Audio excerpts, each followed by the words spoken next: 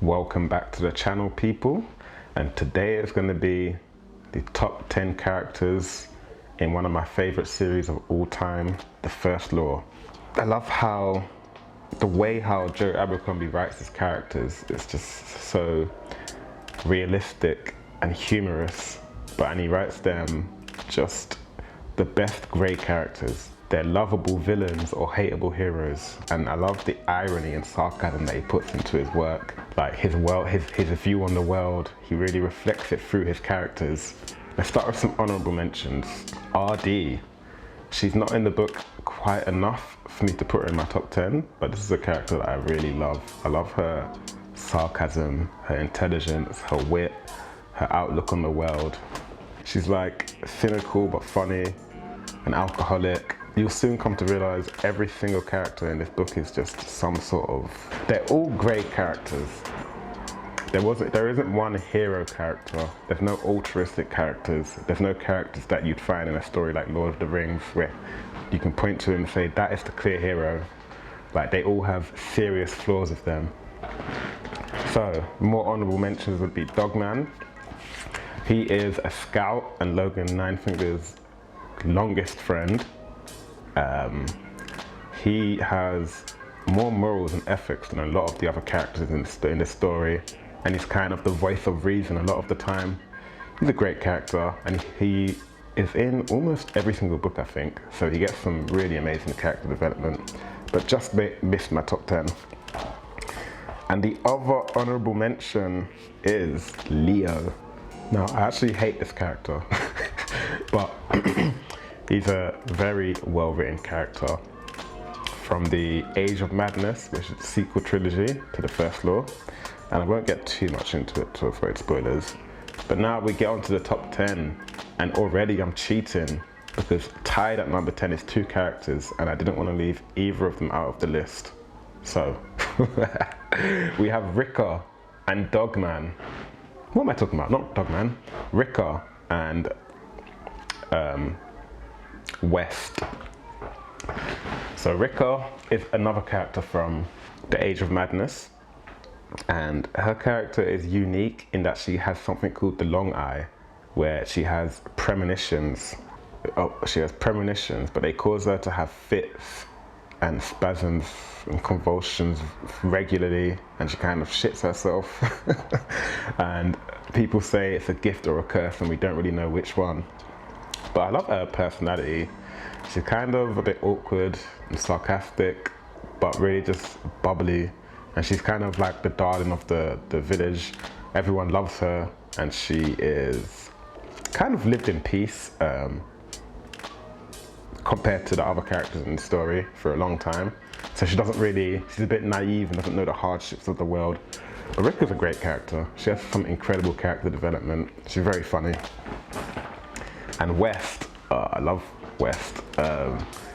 What I loved so much about West isn't even necessarily his character, but the positions and circumstances that Joe puts him in.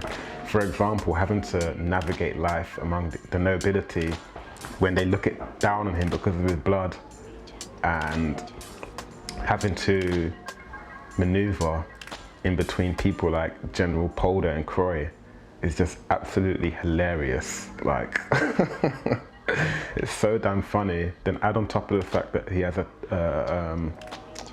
freaking anger problem, like serious anger, temper issues, and it just makes it so entertaining to watch. Yeah, like West is actually a good man, maybe one of the best people, like morally speaking, in the series, but he does some really bad stuff. Like when I first read the first book, there's a scene that I was like, wow, what the hell? That came out of nowhere.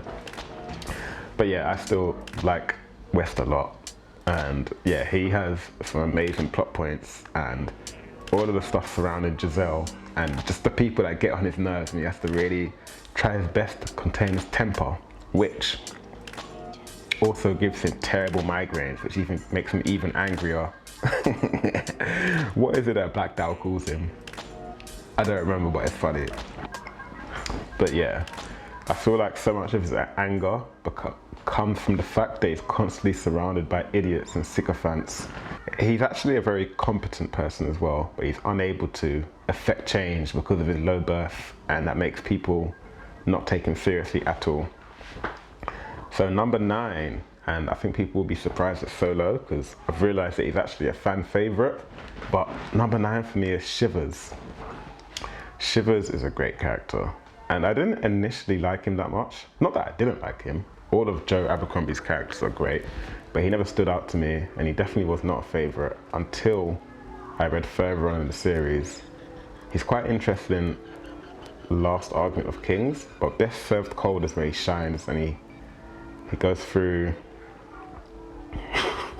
he goes through some really hard stuff, and he has the same kind of template as Logan in that he's a Northman warrior trying to be a good man, trying to leave the past behind and do the good thing. But in Joe Abercrombie's world, being a good man, trying to be a good man or a good person will just destroy you. So he goes through something that completely reverses this philosophy he had in his head. And then again, through later and later books, he goes back to trying to be a good man.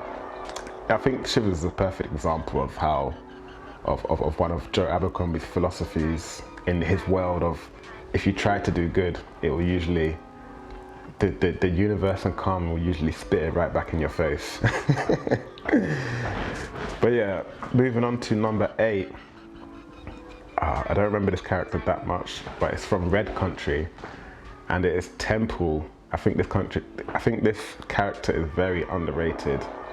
I loved Temple when I read Red Country, and I think he is also arguably Joe Abercrombie's most relatable character. He is a very grey character, just like all the others, but he's not a warrior. He's just an everyman, an everyday man that you would meet anywhere. And he just does loads of odd jobs just trying to make his way through life.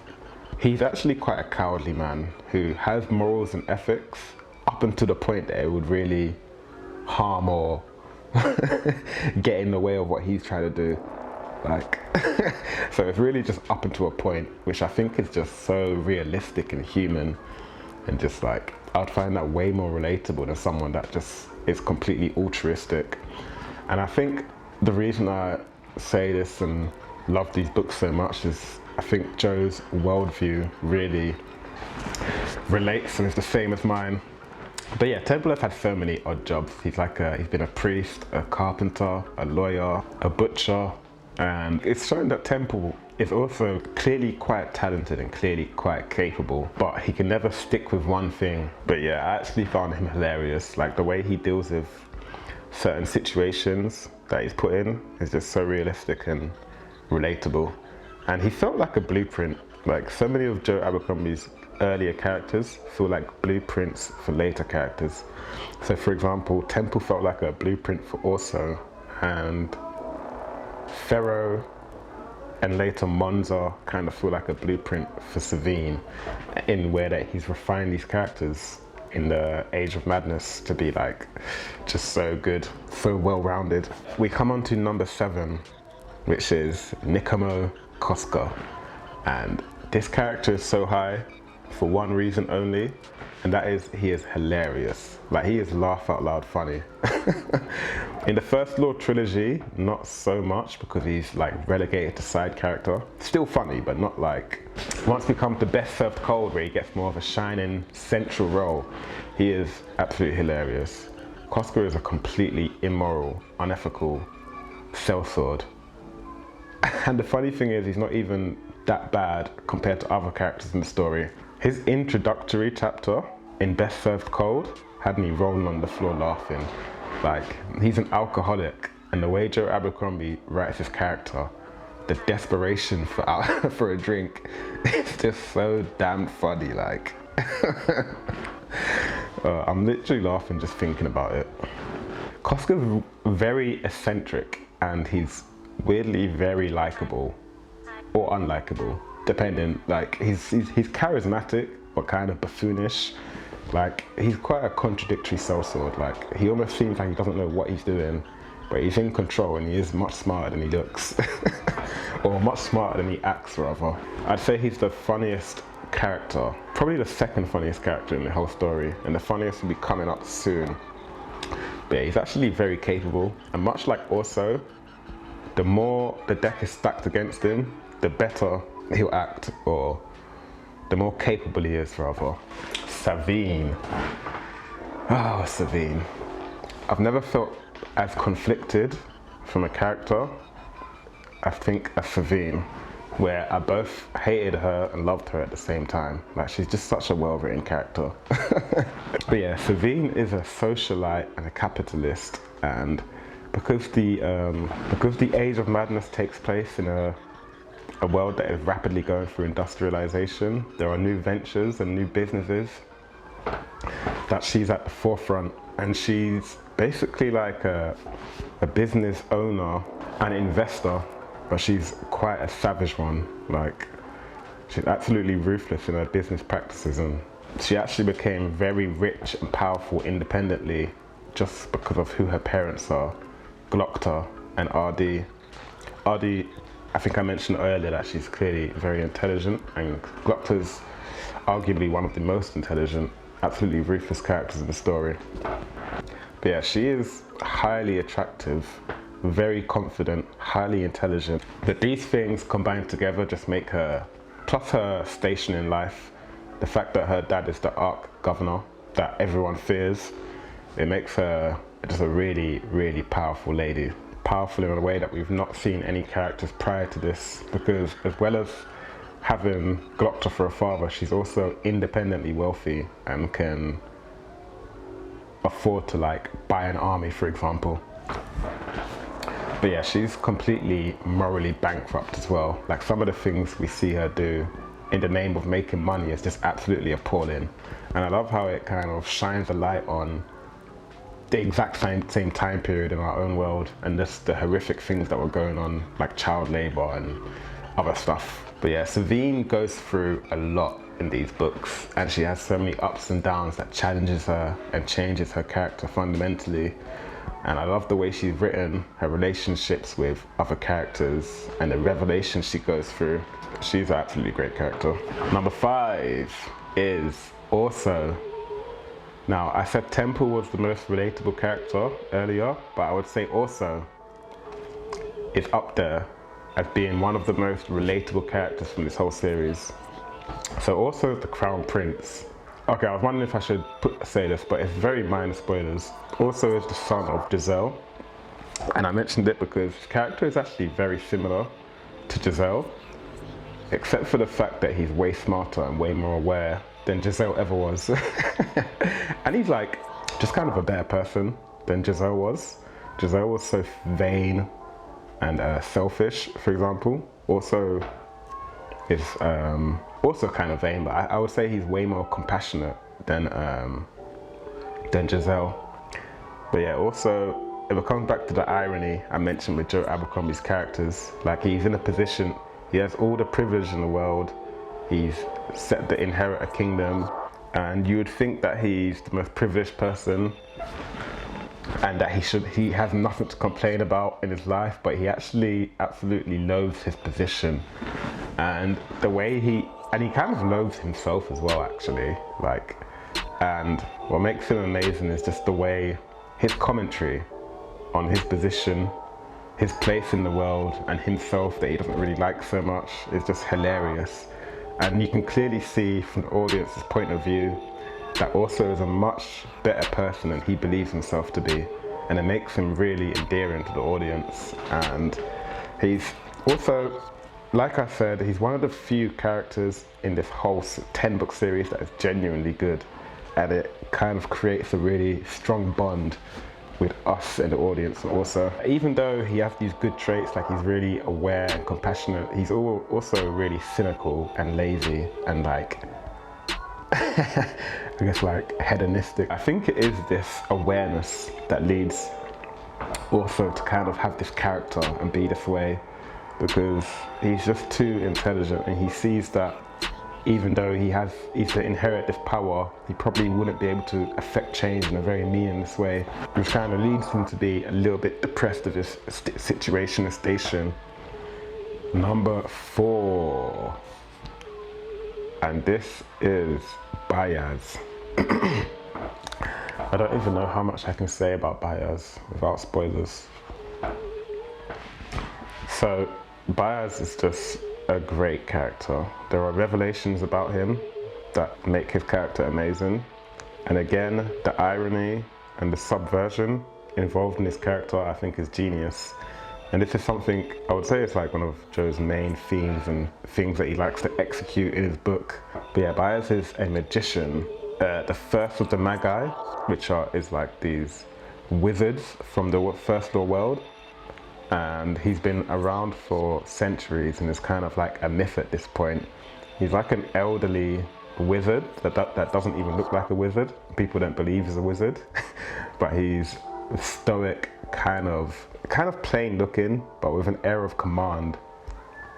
And he's a very enigmatic figure, let's say. 𝐒𝐻𝐻𝐻 plays a very important and pivotal role. Yeah, I loved all the revelations about 𝐒𝐻𝐻𝐻. He's clearly a very powerful character, and because the magic system is very subdued and in the background, we don't find out that much about his powers and how they work.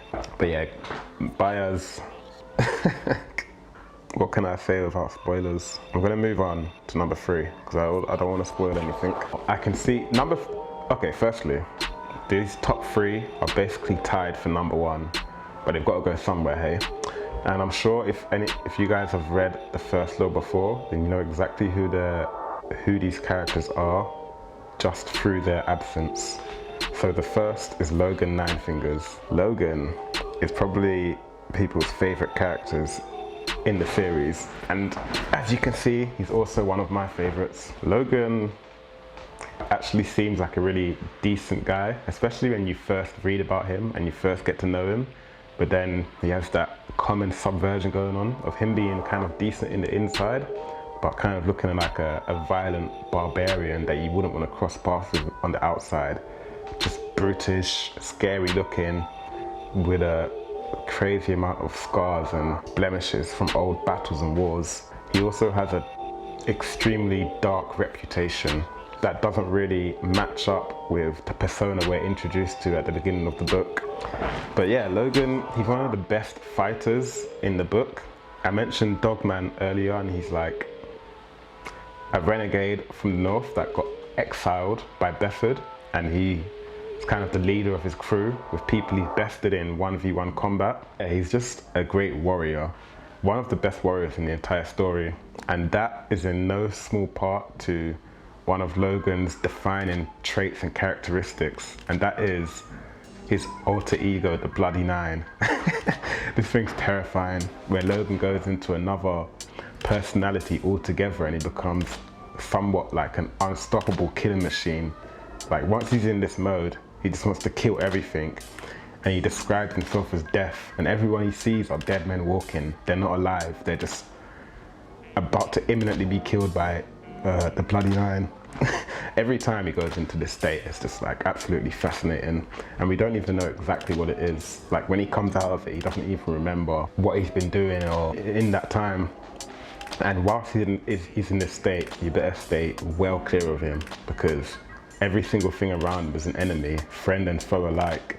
And this is probably partly of how he got that very dark reputation that is like a children's bedtime story. That's how brutal Logan was in his past. But yeah, despite this, the thing is, he's just such a great character to read, almost kind of lovable. Like, you're reading Logan and you're just like, you're relating to him a bit, and he's on the same path as Shivers in that he's trying to be a good man, and you don't see all of these dark things until later on in the series, which kind of is supposed to make you do a 180 on this character like many others.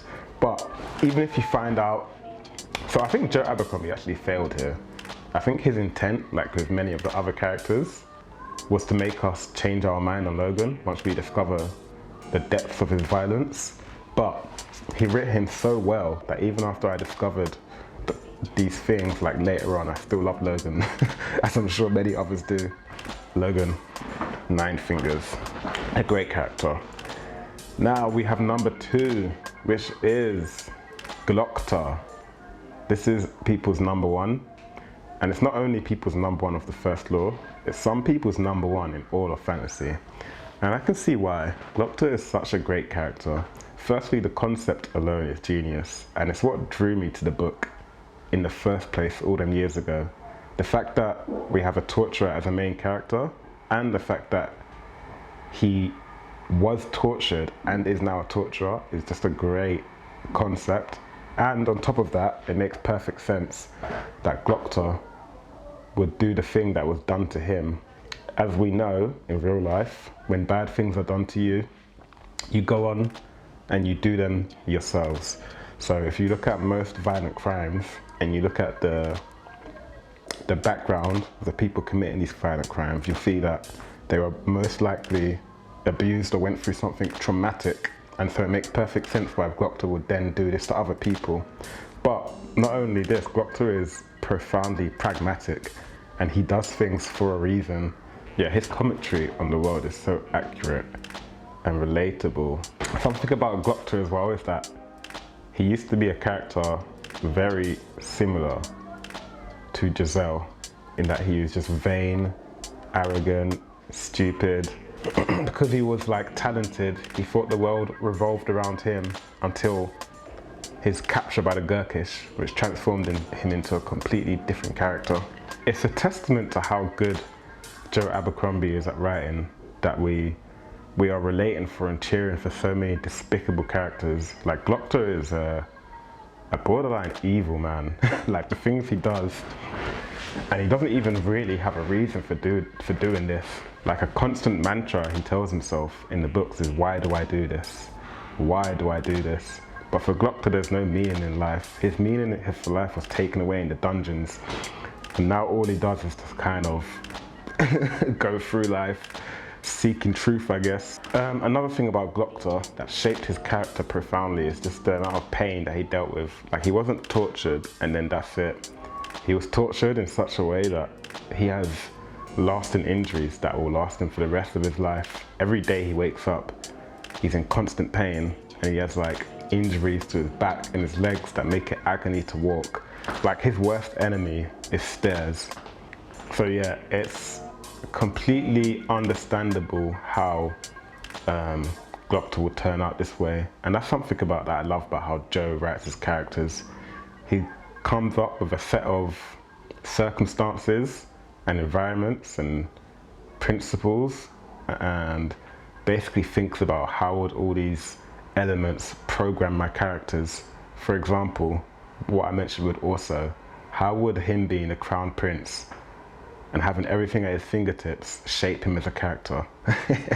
How would being in pain every single day shape you as a character? And I find it to be very believable in what he comes up with.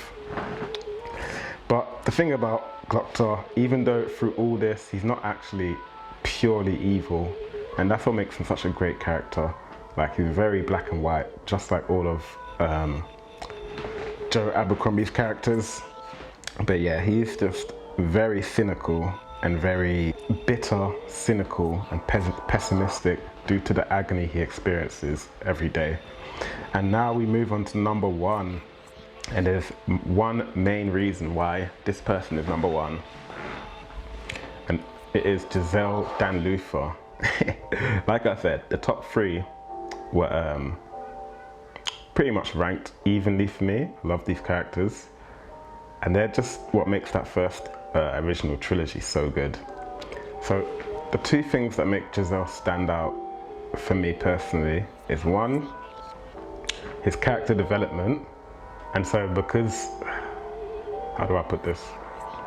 Joe's characters rarely, if ever, have character development, in that because of his core philosophy, he believes that all these characters will just revert back to their original state, like before the book began, which happens to almost all the characters. They go through this character development and then they revert back to normal, or they have no character development at all and they just are who they are.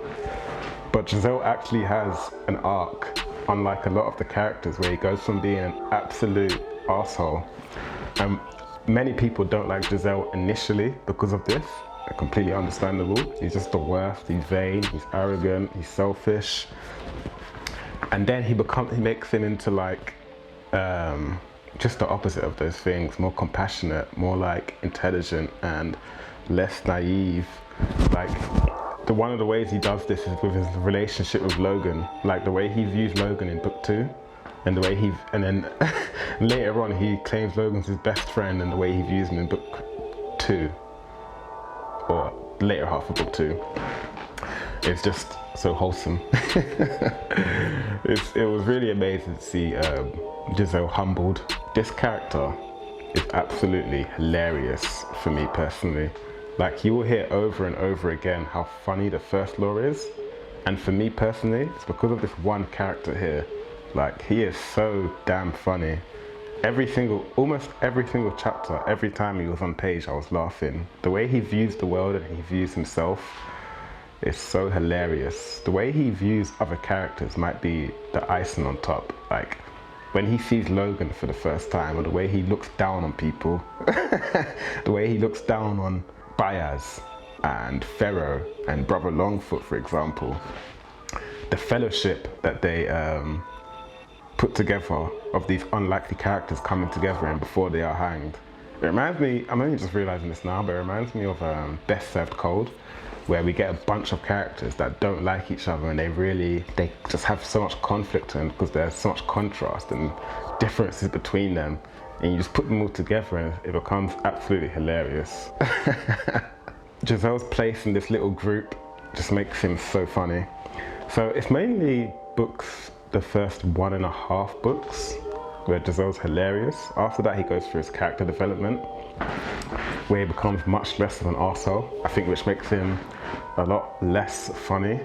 But for the first 1.5 books, I found him to be just so many laugh out loud moments. But yeah, Giselle is like Orso, I mentioned earlier, but without the intelligence, and he is not self-aware at all. He's kind of a buffoon, but he's kind of endearing in that way, especially once he goes through his character development and you really start to relate to him and like him. But yeah, at the beginning, he's self-centered, narcissistic, arrogant, sexist, racist, classist, like everything, you name it. But yeah, he genuinely thinks he's better than everyone else because of his class and because of his station in life, which wasn't earned at all. And this just makes for hilarious reading. They were my top 10 favorite characters in the first law. So let me know if I left anyone out that you think should be on this list, and let me know who your favorite characters were. Do you prefer the characters from the Age of Madness or the OG trilogy? Oh, I got to mention, the only book I haven't read from the first law is Sharp Ends. So maybe there will be a character from there that deserves to be on this list, but it's extremely unlikely. So there are many other characters I've mentioned, like Pike, or Morveer, or Friendly, or Wonderful, but Joe has too many good characters and we'd be here all day. But yeah, like I said, I have not read Sharp Ends, and I would like to read that next. But once I've read that book, I would like to do a top 10 first law books ranked. So that'll be coming maybe next month sometime, or later this month. Let me know where your favorite characters are and how you would rank them, and I'll see you in the next one. Peace.